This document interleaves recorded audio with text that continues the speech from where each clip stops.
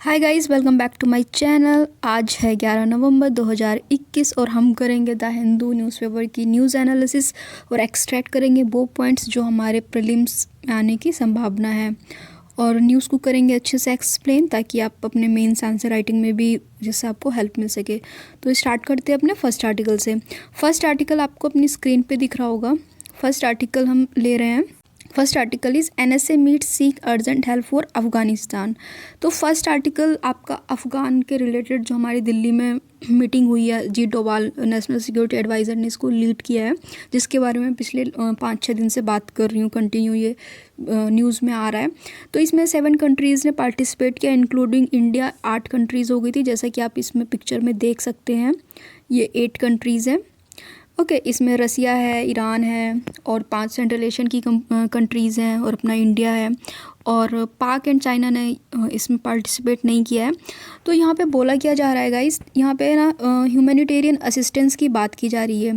क्यों बात की जा रही है ये मैं भी बताऊँगी कि क्यों इतना कंसर्न। ये थर्ड रीजनल सिक्योरिटी डायलॉग था रिगार्डिंग अफ़गानिस्तान जो इंडिया में हेल्ड हुआ है। ऐसे रीजनल डायलॉग और भी जगह और भी कंट्रीज़ में हुए थे रिगार्डिंग अफ़गानिस्तान। अब इसको हम अफ़गानिस्तान को क्या बोला जा रहा है, तालिबान कंट्रोल्ड अफ़गानिस्तान। अब यहाँ पे अफ़गानिस्तान को जो कंट्रोल कर रहा है वो तालिबान कर रहा है। अब यहाँ पे जब तालिबान आ गया है तो यहाँ की जो गवर्नमेंट थी वो तो ख़त्म हो गई ऑटोमेटिकली। अब तालिबान ने अपना कब्जा कर लिया है। अब गाइस किसी ने भी तालिबान को रिकॉग्नाइज़ तो किया नहीं है ना, इंटरिम गवर्नमेंट किसी भी तरह, तो इसको कोई भी फंडिंग नहीं मिल रही है। अब इस हालात में जब इसको कोई फंडिंग नहीं मिल रही तो अब ये अपना खर्चा पानी कैसे करेगा, यहाँ पे ये दिक्कत। अब जब जो तालिबान एज अ सरकार वहाँ पे वर्क कर रही है, जब वो अपने वहाँ पे जितने भी लोग हैं उनको क्या करेगी, उनको फूड प्रोवाइड नहीं करवा पाएगी, मेडिसिन नहीं प्रोवाइड करा पाएगी, किसी भी तरीके का असिस्टेंस जो चाहिए उनको अकॉर्डिंग टू देयर नीड वो नहीं प्रोवाइड होगा। तो क्या होगा, वहाँ के लोग क्या करने लगेंगे, माइग्रेंट करने लगेंगे और माइग्रेंट करके नियरेस्ट कंट्रीज़ में जाने लगेंगे। और तो ये एक बहुत बड़ा खतरा हो जाएगा जो आसपास की कंट्री है उनके लिए भी, और तालिबान अपने आप में खुद एक बड़ा खतरा ही है एक तरीके से। तो अभी हम ना मैप के थ्रू बात कर लेते हैं इसमें कि क्या क्या इश्यूज़ हैं और क्यों इस तरह के डायलॉग्स किए जा रहे हैं। और यहाँ पे अभी गाइस हुआ क्या है ना, यहाँ पे जो पूरा स्टेटमेंट डिक्लेयर किया गया है को दिल्ली डिक्लेरेशन के नाम से एक जॉइंट, सारी कंट्रीज़ ने एक जॉइंट डिक्लेरेशन डिक्लेयर किया है, उसका नाम दिया है दिल्ली डिक्लेरेशन। इसमें बोला क्या गया है गाइस, इसमें बोला गया है कि हम लोग कलेक्टिव कोऑपरेट करेंगे, मतलब सब लोग मिलके सब लोग मिलके अफ़गानिस्तान में ह्यूमैनिटेरियन असिस्टेंस पहुंचाएंगे। वहाँ की जो लोकल जनता है उनको जिस भी चीज़ की ज़रूरत है उसको प्रोवाइड करेंगे। तो ये ऐसा बोला गया। और क्या बोला गया है इस कलेक्टिव स्टेटमेंट में कि जो टेररिज्म है, ड्रग है, ट्रैफिकिंग है, इसके अगेंस्ट वर्क करेंगे, सारी कंट्रीज़ मिलके इसके अगेंस्ट काम करेगी। और ये सारे और सोशियो इकोनॉमिक कंसर्न जताए हैं, और जो भी वहाँ पे अफ़गानिस्तान में इस टाइम पे सिचुएशन बनी हुई है उसको लेके बात की गई है इस दिल्ली डिक्लेरेशन में। तो अब हम ना थोड़ा मैप में देख लेते हैं कि आखिर ये तालिबान जब आता है तो फिर ये क्या क्या किस तरह की कंसर्न इंडिया को हो जाता है, बाकी कंट्रीज़ को हो जाता है। तो चलिए मैप पे चलते हैं हम लोग। देखिए गाइस, ये है इंडिया, ये है अफ़गानिस्तान। ओके, अब क्या यहाँ पे आ गया तालिबान कंट्रोल्ड अफ़गानिस्तान। अब इसके पास फंडिंग तो बंद हो चुकी है क्योंकि तालिबान ने यहाँ पे कब्जा कर लिया है। जैसे इंडिया को अगर फंड की ज़रूरत होती है वर्ल्ड बैंक के पास जाता है, एशियन डेवलपमेंट बैंक के पास जाता है, या अदर कंट्रीज़ से भी क्या होता है पैसे लिए जाते हैं। तो अब इसको तालिबान को तो कोई फंड करने वाला नहीं है। और सभी को पता है तालिबान ये अफ़गानिस्तान में ऐसी सिचुएशन क्यों आई, क्योंकि अमेरिका ने अपनी ट्रूप को क्या किया, वहाँ से वापस बुला लिया और तालिबान ने इस पर कंट्रोल कर लिया। अब जब इनके पास फंड नहीं होता है ना, तो ये क्या करते हैं, ये अफ़ीम ड्रग्स सप्लाई करते हैं। आपको पता होगा अफ़ीम की जो सबसे ज़्यादा खेती होती है ना वो अफ़गानिस्तान में होती है। अफ़ीम की खेती अफ़गानिस्तान में बहुत ज़्यादा होती है, ठीक है। तो अब इनको चाहिए पैसा, तो अब ये पैसे के लिए क्या करेंगे, ड्रग्स सप्लाई करते हैं आसपास की कंट्रीज़ में ताकि इनको पैसा मिल सके। तो अब इससे क्या होगा भाई, ये ड्रग्स पाकिस्तान के रास्ते या सी रूट के रास्ते इंडिया में भी आ सकता है, या फिर इधर लैंड रूट के रास्ते नेपाल होते हुए भी इंडिया में आ सकता है। तो ये ड्रग्स को लेके भी खतरा है। और सेकंड चीज़, जब यहाँ पे ह्यूमैनिटेरियन असिस्टेंस नहीं मिलेगा, लोगों को उनके नीड के अकॉर्डिंग चीज़ें प्रोवाइड नहीं होंगी अफ़गानिस्तान की, तो वो कहाँ पलायन कर जाएंगे, माइग्रेट कर जाएंगे अफ़गानिस्तान से। ईरान में कर सकते हैं और इधर से भाई इंडिया में भी आ सकते हैं, अदर रसिया जा सकते हैं।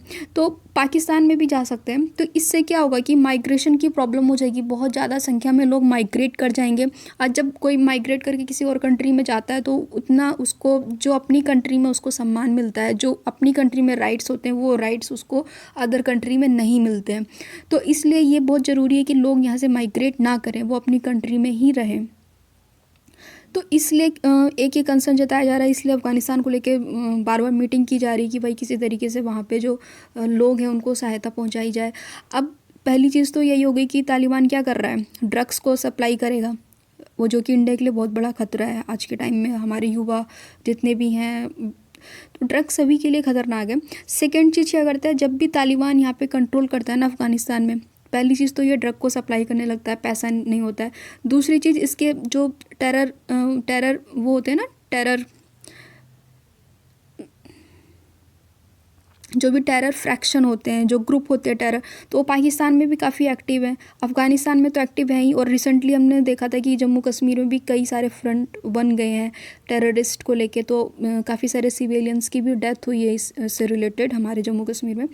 तो गाइस अब ये क्या करता है ना, टेरर एक्टिविटीज़ को भी, जब ये इकोनॉमिकली वीक होने लगता है ना, अगर ड्रग्स से अगर इसको पैसा मिल रहा है ठीक है, और कहीं से पैसा नहीं मिलेगा, तो जब ये इकोनॉमिकली वीक होने लगता है तो ये टेरर एक्टिविटीज़ को भी काफ़ी एक्टिव कर देता है। अब ये जो टेरर एक्टिविटीज़ बहुत ज़्यादा एक्टिव हो जाती है ना, ये डायरेक्टली कंसर्न हो जाता है इंडिया के लिए, ये इंडिया के लिए बहुत खतरे की बात होती है गाइस। तो यहाँ से इंडिया को एक कंसर्न हो जाता है, तो इसलिए भी हम लोग क्या कर रहे हैं, मीटिंग कर रहे हैं। बट यहाँ से क्या किया, पाकिस्तान और चाइना ने मना कर दिया आने से, but no issue, 5 central Asia की कंट्री, ईरान और यहाँ से रसिया और अपना इंडिया, इन्होंने मीटिंग की है, जॉइंट डिक्लेरेशन डिक्लेयर किया है जिसको दिल्ली डिक्लेरेशन बोला जा रहा है। और उन्होंने बोला है कि हम ये टेरर एक्टिविटीज़, ड्रग और ह्यूमैनिटेरियन असिस्टेंस प्रोवाइड करेंगे। तो गाइज़ यहाँ से आपको ये आर्टिकल समझ में आ गया होगा। अब चलते हैं नेक्स्ट आर्टिकल पर। गाइज़ जो नेक्स्ट आर्टिकल हम डिस्कस करने वाले हैं वो आपकी स्क्रीन पे आपको दिख रहा होगा, union cabinet brings back MP LAD scheme.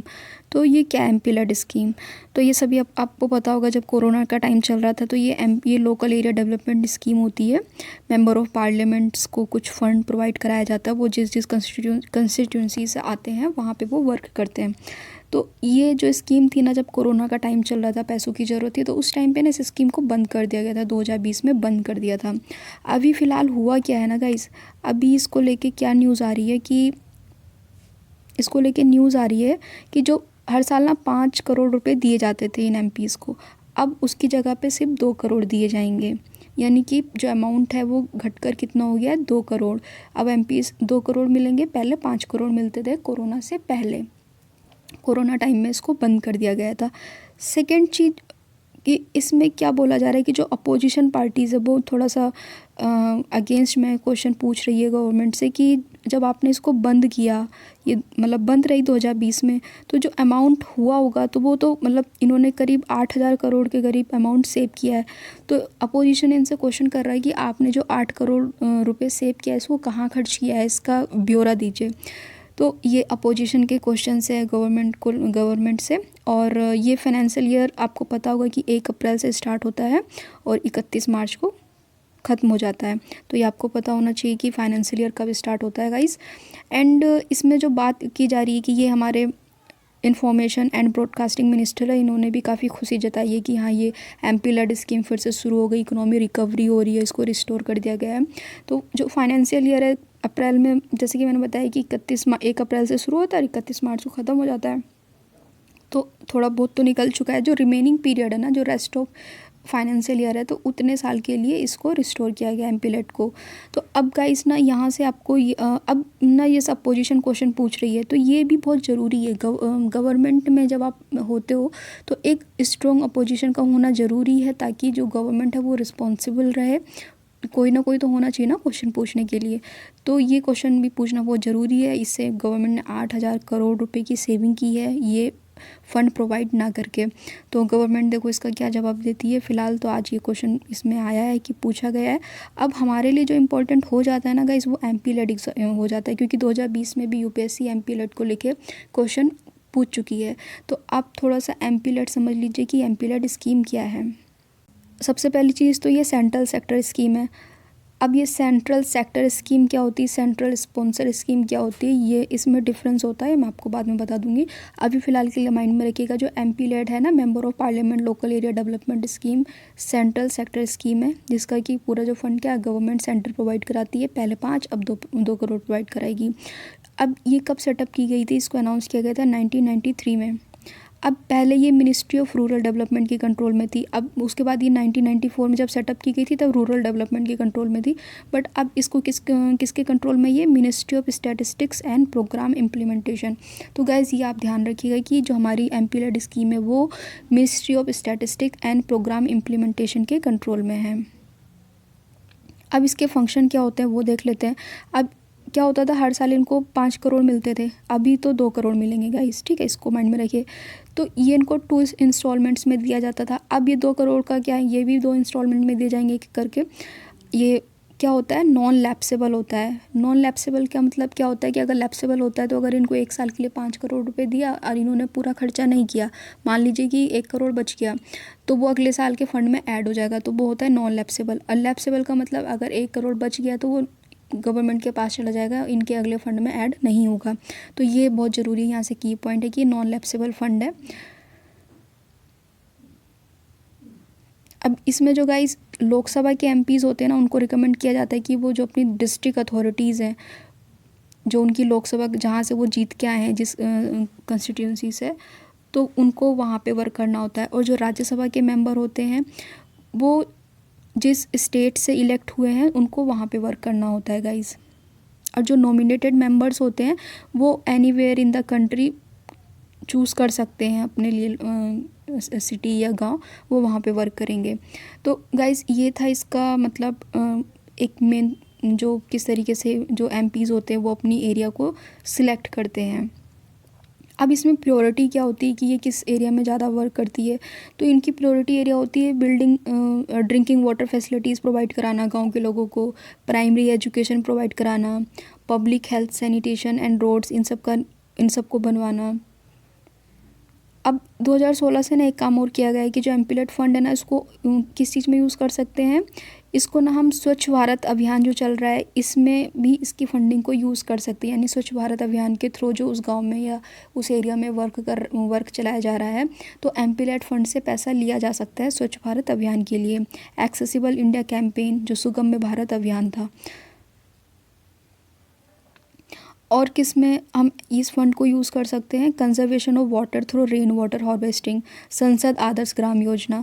तो ये सब चीज़ें थी जो ये गाइस ये सब था जो मैंने आपको MP लेड स्कीम से बता दिया। आपको आई होप समझ में आ गया होगा कि MP लेड स्कीम कब इंस्टीट्यूट हुई और इसके क्या काम है, क्या फंक्शन है। तो ये इस आर्टिकल से सिर्फ इतना ही था। अब हम चलते हैं अपने नेक्स्ट आर्टिकल पर। नेक्स्ट न्यूज़ आप देख रहे हो वो आपकी स्क्रीन पर आपको दिख रही है। नेक्स्ट न्यूज़ हम डिस्कस करेंगे फिशिंग कैट के बारे में। जैसा कि आपको एक ये इमेज दिख रही है, ये फिशिंग कैट की इमेज है और ये बात की जा रही है कोरिंगा वाइल्ड लाइफ सेंचुरी। तो गाइस यहाँ से मैं आपको बस इतना बता देती हूँ कि Coringa wildlife sanctuary Andhra Pradesh में है, ठीक है। इसका 177 square kilometre area eco sensitive zone declare किया जा चुका है। और तो आपका होमवर्क ये है कि जो कोरिंगा वाइल्ड लाइफ सेंचुरी जो आंध्र प्रदेश में लोकेटेड है, इसका फ्लोरा फोना और वहाँ पे कैसा एनवायरनमेंट है, तो ये सारी चीज़ें आप जाके पता करिए। देखिए यहाँ पे गोदावरी एस्चुरी से भी रिलेटेड इसमें है आपकी कोरिंगा वाइल्ड लाइफ सेंचुरी में। तो आपका होमवर्क है आप कोरिंगा वाइल्ड लाइफ सेंचुरी को अच्छे से पूरा इसकी इन्फॉर्मेशन डिटेल्स फाइंड आउट करके नोट डाउन करिए, बिकॉज UPSC ऐसे क्वेश्चन पूछता है कि यहाँ पे कौन सा फ्लोरा फोना पाया जाता है। तो ये न्यूज़ में क्यों है, ये न्यूज़ में इसलिए है, देहरादून के कुछ वाइल्ड लाइफ साइंटिस्ट हैं, उन्होंने क्या किया है, एक प्रोजेक्ट स्टार्ट किया है कॉलरिंग फिशिंग कैट्स। तो फिशिंग कैट कॉलरिंग है, इसमें ये लोग क्या करने वाले हैं, इसमें ये स्टडी करेंगे इनके हैबिटेट्स की, मतलब इनको जो है ये जो कोरिंगा वाइल्ड लाइफ सेंचुरी है यहाँ पे ये इनको रखेंगे और यहाँ पे ये इसको इनके हैबिटेट की और इनको किस चीज़ से थ्रेट है, इनकी क्या हैबिट्स हैं, इन सब पर ये रिसर्च करने वाले हैं गाइस। तो यहाँ से सिर्फ इतना ही था। आप ये फिशिंग कैट का स्टेटस भी चेक कर लो जाके, IUCN वगैरह स्टेटस क्या है इसका, कोरिंगा वाइल्ड लाइफ सेंचुरी क्या है, ये सब चीज़ें आप चेक कर लीजिए। अब हम चलते हैं नेक्स्ट आर्टिकल पर। गाइस अब हम आ गए एडिटोरियल पेज पे।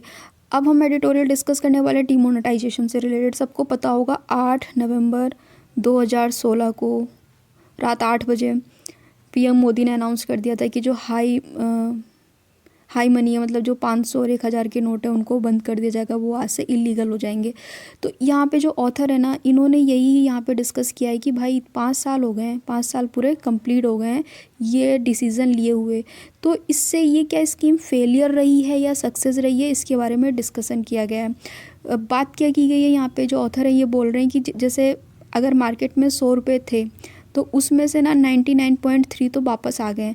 तो ये ब्लैक मनी जो थी तो यानी ना के बराबर थी, यानी बिल्कुल नंबर ऑफ जीरो ही हुआ ना इसके सामने। तो यानी कि जितना पैसा था वो सारा का सारा फिज़िकल कैश में, जिसका अंदाज़ा लगाया जा रहा था कि हाँ भाई फिज़िकल कैश के रूप में लोगों के पास रखा हुआ है, इतना सारा ब्लैक मनी है, वो वापस आ जाएगा तो हम उसे इकोनॉमिक ग्रोथ में लगाएंगे। तो ऐसा तो कुछ हुआ नहीं, और जितना भी पैसा था वो 99.3% क्या हुआ, बैंक में जमा कर दिया गया। तो ये स्कीम यहाँ पे जो राइटर ऑथर कहना चाहता है कि भाई ये जो डीमोनेटाइजेशन की स्कीम थी ना, ये गलत नहीं थी। गलत क्या था, इसका इम्प्लीमेंटेशन गलत था। बिकॉज ब्लैक मनी तो निकली ही नहीं ना, सारा पैसा तो बैंक में जमा हो गया। और जब ये स्कीम लागू हुई तो एक तरीके से क्या हुआ, जो लोअर मिडिल क्लास या मिडिल क्लास या गरीब लोग थे, उन्हें लगा कि ये जो अमीर लोग हैं उनके ऊपर ये एक तरीके से प्रहार है गवर्नमेंट का, और तो उन्होंने इसको फेवर किया। और बहुत सारी इसमें सफरिंग्स भी हुई, कितनी डेथ्स हुई, लोगों को लाइन में खड़ा होना पड़ा, तब जाके वो पैसे जमा करते थे, निकालते थे। तो बहुत एक तरीके से बहुत ज़्यादा बुरी सिचुएशन बनी हुई थी, सबको पता है। बट उसके बाद भी क्या हमें क्या हासिल हुआ, 5 साल हो चुके हैं, इस चीज़ से क्या कुछ हमें बेनिफिट हुआ है? तो वो ये जो ऑथर है उनका कहने का मतलब कि ये स्कीम फेलियर हो गई है। बिकॉज आइडिया अच्छा था डिमोनेटाइजेशन, बट इम्प्लीमेंटेशन का तरीका गलत था। अब ये बात करते हैं कि भाई जैसे कि इससे पहले भी अपनी कंट्री में डिमोनेटाइजेशन हो चुका है, उसमें क्या इतने बड़े बड़े नोट को नहीं बंद किया गया था, छोटे छोटे नोट को बंद किया गया था। तो उससे कंट्री पे वैसे इतना इफ़ेक्ट नहीं पड़ा था। और इन्होंने यहाँ पे बात की है, जैसे कि मैं बता रही हूँ कि पहले भी ऐसा हो चुका है, कि ऐसा नहीं कि मोदी जी ने ही फर्स्ट टाइम ये काम किया है। इससे पहले किया गया था 1946 और 1978 में भी डिमोनेटाइजेशन किया था, लेकिन वो छोटी करेंसीज थी। उस वक्त भी रिज़ल्ट ना बहुत पुअर रिज़ल्ट आया था। तो ये सब चीज़ों से थोड़ा सा सीख लेनी चाहिए थी, उसके बाद ये डिमोनेटाइजेशन का स्टेप उठाना चाहिए था। बट बिकॉज इट इज़ इससे क्या हुआ, सिर्फ सफरिंग्स हुई, लोगों को बहुत ज़्यादा सफ़र करना पड़ा। ब्लैक मनी अभी भी रिकवर नहीं हुई है, वो किसी न किसी तरीके से किसी न किसी रूट से बैंक में जमा हो गई है, और गवर्नमेंट उसको as a black money declare करने में फेल रही है, क्योंकि वो तो बैंक में वापस आ गई, सबके पैन कार्ड के थ्रू जमा हो रहा था। तो मतलब कहीं से भी बैंक क्वेश्चन नहीं कर पाई, किसी पे भी पैसा जमा हो गया। अब फिज़िकल कैश कहाँ है, किधर है, कुछ पता नहीं चल रहा भाई। सब पैसा तो जो जितना सर्कुलेशन में आपको लग रहा था कि ये इतना पैसा ब्लैक मनी में है, सब तो वापस आ गया। तो यही गवर्नमेंट से क्वेश्चन किया जा रहा है कि भाई ये तो मतलब सक्सेस नहीं हुआ है, तो वो जो ब्लैक मनी की आप बात कर रहे थे वो कहाँ पे है। ऐसा ही बोला जा रहा है कि देखिए, जैसे ग्रेट डिप्रेशन आया था 1930 में, जब सेकेंड वर्ल्ड वार स्टार्ट होने वाला था, उससे पहले की बात है। तो ग्रेट डिप्रेशन आया हुआ था, तो वो ऐसा नहीं था कि उस टाइम पे तुरंत आ गया था। मतलब ऑथर का कहने का मतलब है कि किसी भी चीज़ का इम्पैक्ट ना तुरंत नहीं पड़ता है। जैसे डीमोनेटाइजेशन तब किया, तो अब जैसे क्या हो रहा है इस टाइम पे, हमारी इकोनॉमी क्या हो रही, कोरोना तो अब आया, बट कोरोना से पहले भी हमारी इकोनॉमिक ग्रोथ लो हो चुकी थी। कोरोना तो ऑब्वियसली उसने तो हमारी इकोनॉमिक ग्रोथ को लो किया, बट पहले भी हो चुकी थी। तो यहाँ पे ऑथर का कहना ये है कि भाई किसी भी चीज़ का रिजल्ट ना इम्पैक्ट तुरंत नहीं देखने को मिलता है। ये जो ग्रेट डिप्रेशन आया था ना 1930 में यूएस वगैरह अमेरिका में, इसकी जो स्टार्टिंग थी ना, ये क्यों आया था, बिकॉज हाइपर इन्फ्लेशन हो गया था वीमर में 1921 से 24 में जर्मन में। जिस वजह से क्या हुआ था, ये ग्रेट डिप्रेशन आया था। तो हाइपर इन्फ्लेशन के चलते हुआ था 1921 और 24 में, और कब उसका रिजल्ट देखने को मिला, 1930 में। आज के टाइम में भी जर्मन में जो कंडीशन है इकोनॉमी को लेके, वो इतनी अच्छी नहीं है एक तरीके से। और यहाँ पे बोला जा रहा है कि गाइस, यहाँ पे बस ऑथर यही क्वेश्चन कर रहा है कि भाई जो ये ब्लैक मनी थी, ये तो पूरी रिटर्न होके आ गई, in the form of account में जमा हो गई, फिज़िकल कैश तो मिला नहीं। तो जो यहाँ पे ऑथर का कहना है कि उसका मानना है कि एक तरीके से ये फेलियर डिसीज़न रहा। तो अगर आप ऐसा कोई डिसीज़न लेते हैं डिमोनेटाइज, इसको पहले अच्छे से सोच समझ के लेना चाहिए। तो ये ऑथर यहाँ पे कहना चाह रहा है। अब हम चलते हैं अपने नेक्स्ट आर्टिकल पर। नेक्स्ट आर्टिकल आप अपनी स्क्रीन पे देख रहे हैं, does India have right to own fossil fuel, क्या इंडिया को अधिकार है कोयले को जलाने का।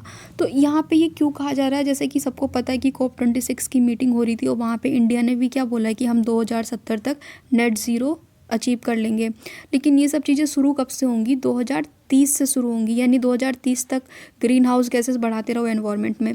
तो यहाँ पे ऑथर का कहने का मतलब है कि ठीक है, हम मानते हैं कि जो डेवलप्ड कंट्रीज़ हैं जिनको नॉर्थ बोलते हैं और जो नहीं मतलब डेवलप्ड कंट्रीज़ नहीं है उनको साउथ बोलते हैं, जो नॉर्थ वर्सेस साउथ चल रहा है कि उन्होंने तो पहले बहुत सारा इमिशन करके वो डेवलप्ड बन गए हैं, अब हमारी बारी, हम भी जब तक डेवलप्ड नहीं बनेंगे हम नेट ज़ीरो का कोई ऐसा नहीं रखेंगे टारगेट, हम कोयले को बर्न करेंगे। तो यहाँ पे इनका कहना है कि क्या ये ज़रूरी है कि हम कोयले को ही बर्न करके अपना जो भी एनर्जी हम कोयले से एनर्जी या इलेक्ट्रिसिटी बनाते हैं, क्या ज़रूरी है हम कोयले को यूज़ करें, फॉसिल फ्यूल को यूज़ करें, क्या इसका अल्टरनेटिव नहीं यूज़ कर सकते हैं। कि ये बोल रहे हैं कि हाँ, हम मानते हैं कि जो डेवलप्ड कंट्रीज़ हैं उन्होंने काफ़ी ज़्यादा मतलब ग्लोबल वार्मिंग में अपनी हिस्सेदारी दी है, बट इसका मतलब ये नहीं कि अगर उन्होंने भी वैसा किया तो हम भी वैसा करेंगे। अगर ऐसा करेंगे तो क्या होगा, 2030 तक तो एनवायरनमेंट में बहुत ज़्यादा global warming gases, green house gases बढ़ जाएंगी, जिनको कि टैकल करना बहुत मुश्किल हो जाएगा। और आप ये देख रहे होगे इन सब का जो एक क्लाइमेट चेंज है ना, ऐसा नहीं है कि भाई डेवलप्ड कंट्रीज़ ने इसको बढ़ाया तो वहीं पे उसका असर देखने को मिलेगा, ऐसा बिल्कुल भी नहीं है। डेवलपिंग कंट्रीज़ जो सोचने की नहीं अभी तो हम यूज़ कर सकते हैं क्योंकि ये तो डेवलप्ड कंट्रीज़ का किया धरा है, हमारा किया धरा तो है नहीं, बट देखो इसका जो क्लाइमेट चेंज का असर है ना वो पूरे वर्ल्ड में देखने को मिल रहा है। अभी आप देख सकते हो क्या ग्रीस में भी जो है जंगलों में आग लगी थी और चाइना में फ्लड आया था, अपने केरला में तो फ्लड चल रहा है, चेन्नई में फ्लड चल रहा है, और कितने सारे जो भी हमारा नॉर्थ इंडिया है, उत्तराखंड है, उसमें लैंडस्लाइड्स हो जाती हैं। ठीक है, जिस तरीके से अभी कुछ दिन पहले जो धौलीधर गंगा थी वहाँ पे क्या हुआ था, बादल फट गए थे, कुछ ऐसी घटना हुई थी। तो ये सब क्या है, क्लाइमेट चेंज के ही वजह से हो रहा है। तो इसमें जो ऑथर कहना चाहता है, ऑथर का सिंपल मैं ब्रीफ में आपको बता दे रही हूँ पूरा, ये जो कहने का मतलब है कि हमें ग्रीनरी पाथ की तरफ चलना चाहिए। हम जो है ऐसे अल्टरनेटिव चूज़ करें जो ग्लोबल वार्मिंग को ना बढ़ाएं, और हमें ये जो नॉर्थ वर्सेस साउथ है, डेवलपिंग वर्सेस डेवलप्ड है, इसको छोड़ के हमें मतलब ये नहीं कि हम अभी कोयले को ही यूज़ करेंगे, हमें इसका अल्टरनेटिव यूज़ करना चाहिए और ग्रीनरी पाथ की तरफ चलना चाहिए, सोलर ऊर्जा का यूज़ करना चाहिए, या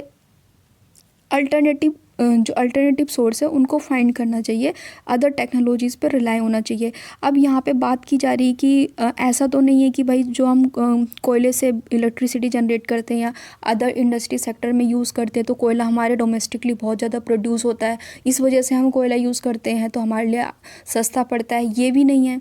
तो वही ऑथर कह रहा है कि इसने बहुत सारे मतलब यहाँ पे एग्जाम्पल दी, इन्होंने बोला कि 2011-12 में क्या होता था कि जो हमारे यहाँ कोयले जितना उत्पादन होता था वो तो हम यूज़ कर लेते थे, बट हमें बाहर से भी मंगाना पड़ता था। हम उस वक्त ना 782.6 यानी $782.6 बिलियन का हम इंपोर्ट करते थे, जो कि 2020 से 21 में बढ़ के कितना हो गया, $1155 बिलियन हो गया है। यानी कि इतना ज़्यादा अमाउंट का अब हम कोयला और भी ज़्यादा इंपोर्ट कर रहे हैं। तो इट मीन्स कि हम एनवायरनमेंट में और भी ज़्यादा ग्रीन हाउस गैसेस को रिलीज़ कर रहे हैं। तो यहाँ पे ऑथर यही कहना चाहता है कि ज़रूरी नहीं है कि भाई डेवलप्ड कंट्रीज़ ने ये काम किया तो हम भी अभी करेंगे। डेवलप्ड होने के लिए, अपनी इकोनॉमी को बढ़ाने के लिए हम अभी भी रिलाई रहेंगे कोल पे, बिकॉज कोल तो हम इतना ज़्यादा बाहर से इंपोर्ट कर रहे हैं ना इतने पैसे का, तो क्यों ना हम इसका अल्टरनेट खोजें।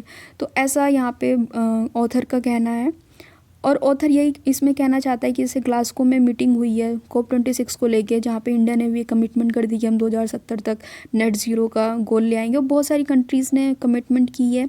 तो ऑथर यही कह रहा है कि अगर जिस तरीके से हम चल रहे हैं उस तरीके से अगर सबने कमिटमेंट कर भी दी है तो भी इतना ज़्यादा मतलब एनवायरनमेंट में ये ग्रीन हाउस गैसेस फैल जाएंगी कि आप उसको दबा पाना बहुत ही मुश्किल हो जाएगा। तो इसके लिए ज़रूरत है हमें ग्रीनरी की तरफ बढ़ने की, बिकॉज जब क्लाइमेट चेंज होता है तो वो सिर्फ डेवलप्ड कंट्रीज़ पे असर नहीं करेगा, वो डेवलपिंग कंट्रीज़ पे भी असर करेगा, और इस सबसे ज़्यादा जो पूरी कंडीशन हो जाएगी वो अफ्रीका कॉन्टिनेंट की हो जाएगी।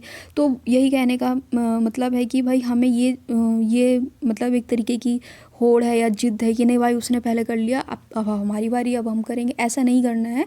ऑथर का ये कहना है यहाँ पे। तो अब हम चलते हैं next article. Guys next article आप अपनी स्क्रीन पे देख रहे हो कि राजनाथ जी ने एक बयान दिया कि जो भी हमारी आर्म फोर्सेस है उनको शॉर्ट नोटिस पे रेडी रहना है।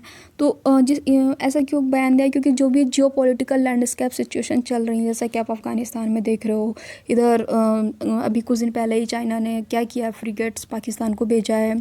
तो बहुत ज़्यादा मतलब सिचुएशन अच्छी नहीं चल रही है जियो पॉलिटिकल। तो इन सब को लेते हुए राजनाथ सिंह ने एक बयान दिया है कि ये शॉर्ट नोटिस पे जो आर्म फोर्सेस है इनको रेडी रहना है। और यहाँ पे इन्होंने एम्फेसाइज़ किया है कि जो हमें अपनी कैपेबिलिटीज़ को बढ़ाना है। और ऐसा है नहीं कि तुरंत अगर किसी को कोई भी चीज़ थमा दी जाएगी तो वो तुरंत तो उसके लिए कैपेबल नहीं हो जाएगा, रेडी नहीं हो जाएगा चलाने के लिए। तो उनको ट्रेनिंग भी देना बहुत ज़रूरी है। यहाँ पे बात की जा रही है कि AI, artificial intelligence, big data handling, machine learning, इन सब का भी हम इस्तेमाल करेंगे अपना जो भी वेपन, जो भी वॉर है उसमें। तो इसके लिए हमें अपनी जो भी फोर्सेस हैं उनको रेडी रखना है, आर्मी, नेवी, एयरफोर्स, सबको रेडी रखना है। और शॉर्ट नोटिस में हम इन्हें बुला सकते हैं, उसके लिए इनको ट्रेन रखना है because of the Jio political landscape situation चल रही है उसको देखते हुए। तो यहाँ पे ये राजनाथ सिंह जी का बयान था और इन्होंने यहाँ पे एम्फेसाइज़ किया है कि हम अपने जो मिलिट्री है या इन सब में ये टेक्नोलॉजीज़ का इस्तेमाल करेंगे। अब हम चलते हैं अपने नेक्स्ट आर्टिकल पर। गाइस जो नेक्स्ट आर्टिकल हम डिस्कस करने वाले हैं वो डिस्कस करने वाले हैं जयंतिया गौरव दिवस। एक हमारी पार्लियामेंट में मोदी जी ने एक डिसीज़न लिया है कि जो 15 नवंबर है ना उसको हम जनजाति गौरव दिवस के नाम से मनाया जाएगा। अब ऐसा डिसीज़न क्यों लिया गया और ये 15 नवंबर ही क्यों चूज़ किया गया है? ऐसा कहना है कि भाई जो 15 नवंबर है ना उस दिन बिरसा मुंडा का बर्थडे है। अब बिरसा मुंडा को आप सब जानते होंगे, हिस्ट्री पढ़ रहे होगे, तो ये एक ट्राइबल ग्रुप से बिलोंग करते थे और जो ट्राइबल्स पीपल्स हैं वो इनको भगवान का दर्जा देते हैं। तो इन्होंने जो है अगेंस्ट ब्रिटिशर्स काफ़ी फ़ाइट की और इसको लेके और जितने भी ट्राइबल पीपल्स हैं like तमार्स, thalas, Coles, Bhils, Khasis, Mizos, इन्होंने बहुत बड़ा रोल प्ले किया है हमारे जो वॉर ऑफ फ्रीडम थी उसमें। तो इन सब को देखते हुए बिरसा मुंडा का जो योगदान था, इन सब को देखते हुए जो अनाउंसमेंट हुई है वो ये अनाउंसमेंट हुई है कि भाई अब से हम जो है 15 नवंबर एज अ जनजाति गौरव दिवस के रूप में मनाएंगे। ये ऐसा डिसीज़न लिया गया है as a part of the जो हमारे देश को आज़ाद हुए 75 साल हो गए हैं, इस 75 साल पूरे होने की खुशी में एक इस तरीके से ये 15 नवंबर को जनजातीय दिवस घोषित कर दिया गया है बिरसा मुंडा। तो आपका होमवर्क है कि आप बिरसा मुंडा के बारे में जानिए। बिरसा मुंडा ने जो भी विद्रोह किया था उसके बारे में पता करिए, बिरसा मुंडा के बारे में आप पता करो। ये ये आपके लिए होमवर्क है क्योंकि बिरसा मुंडा से काफ़ी ज़्यादा क्वेश्चंस पूछे जाते हैं। ओके गाइस, और यहाँ पे क्या बोला जा रहा है? यहाँ पे बोला जा रहा है कि भाई एक रांची में ना म्यूज़ियम भी बनने वाला है, ट्राइबल फ्रीडम फाइटर्स का म्यूज़ियम होगा वो भी प्राइम मिनिस्टर ने इनॉग्रेट कर दिया है, बन गया है रांची में। तो यहाँ पे जितने भी हमारे ट्राइबल हीरोज़ हैं उनको दिखाया जाएगा और उनके बारे में बताया जाएगा। तो एक ऐसा म्यूज़ियम भी बना है रांची में, तो ये आप ध्यान रखिएगा।